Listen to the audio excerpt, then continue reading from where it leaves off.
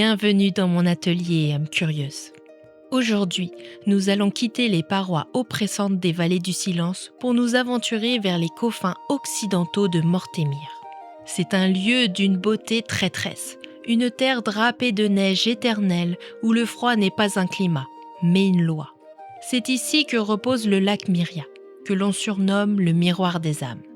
Sa glace est d'une pureté si absolue et d'un noir si profond qu'elle ne se contente pas de refléter les traits de votre visage. Elle met à nu, dit-on, les vérités les plus enfouies que vous tentez de vous cacher à vous-même. Un seul regard égaré sur cette surface sombre et l'on s'y oublie avec une facilité déconcertante.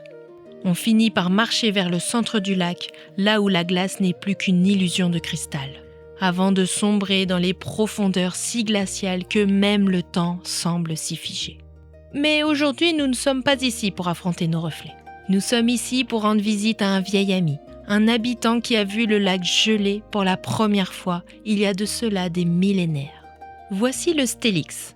Ne vous laissez pas abuser par cette silhouette, disons, d'une certaine opulence neigeuse. Sous cette épaisse couche de neige fraîche bat le cœur d'une créature dont la lignée est légendaire. Il est le descendant direct des loups monarques, qui régnaient autrefois en maître absolu sur le lac Myria. Il a fallu des siècles de patience et une confiance mutuelle pour que ce prédateur redoutable accepte de devenir le gardien de nos foyers. Le modelage est un art parfois capricieux à maîtriser.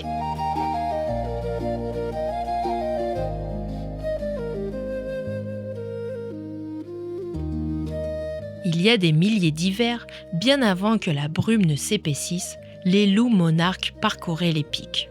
Imaginez des bêtes de givre, hautes de 2 mètres, dont le galop faisait tressaillir la terre.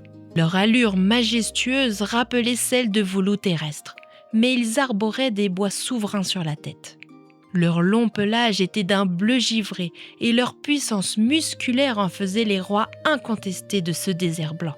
Pourtant, le temps est le plus impitoyable des sculpteurs. Alors que les ressources se raréfiaient, la magie de Veldoria a choisi la voie de la discrétion plutôt que celle de la domination. Au fil des millénaires, leur stature imposante a diminué pour s'adapter. Leur agressivité s'est muée en une loyauté indéfectible et leur pelage s'est densifié pour devenir ce cocon de soie neigeuse que vous voyez ici. Observez ces bois. Ils étaient jadis des lames de givre capables de fendre le ciel. Aujourd'hui, ils servent surtout de support aux fantaisies de mon assistante, qui passe le plus clair de son temps à lui confectionner divers vêtements et accessoires. Ce qu'il accepte, je dois le dire, avec une dignité déconcertante pour une bête de son rang. Pour le commun des mortels, il n'est qu'un compagnon paisible, une boule de givre somnolent au coin de l'âtre. Mais pour nous, les gardiens des récits, il est la preuve vivante que la survie est une forme de noblesse. Ses ancêtres étaient des géants qui ne craignaient ni le vent, ni la faux de la mort. Écoutez attentivement, on pourrait presque entendre l'écho d'un ancien rugissement. Habituellement, cela signifie que l'heure de la chasse approche. Ou plus communément, qu'il réclame une friandise avec insistance. Je vous souhaite de caresser un véritable Stélix un jour. La sensation est indescriptible.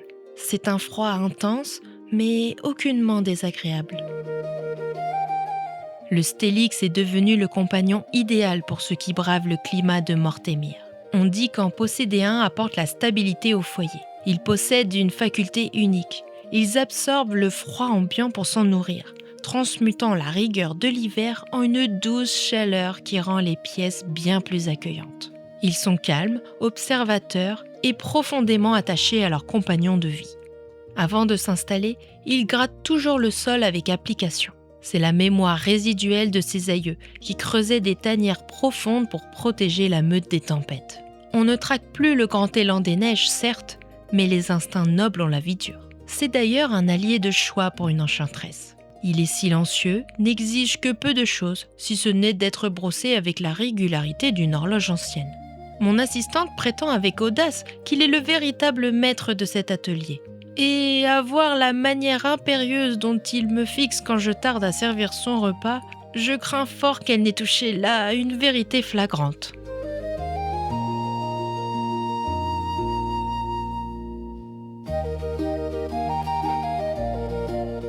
Ainsi s'achève notre escale sur les rives silencieuses du lac Myria. On dit souvent que Mortémire est une terre d'oubli, mais le Stélix nous prouve le contraire. Il est la mémoire vivante d'un monde antique, une légende de 2 mètres réduite à l'échelle d'une main pour ne pas s'éteindre. En le regardant, on comprend que la vraie grandeur ne réside pas dans la puissance d'un cri, mais dans la persévérance d'un cœur à travers les âges. S'il fixe l'horizon ce soir, ce n'est pas par regret de sa gloire passée. C'est simplement qu'il veille sur nous, avec la même solennité que ses ancêtres veillaient sur les sommets du monde. Prenez soin de vos propres légendes, aussi modestes soient-elles. Gardez vos cœurs au chaud, même au milieu des hivers les plus profonds. Que la brume vous guide jusqu'à notre prochain envol.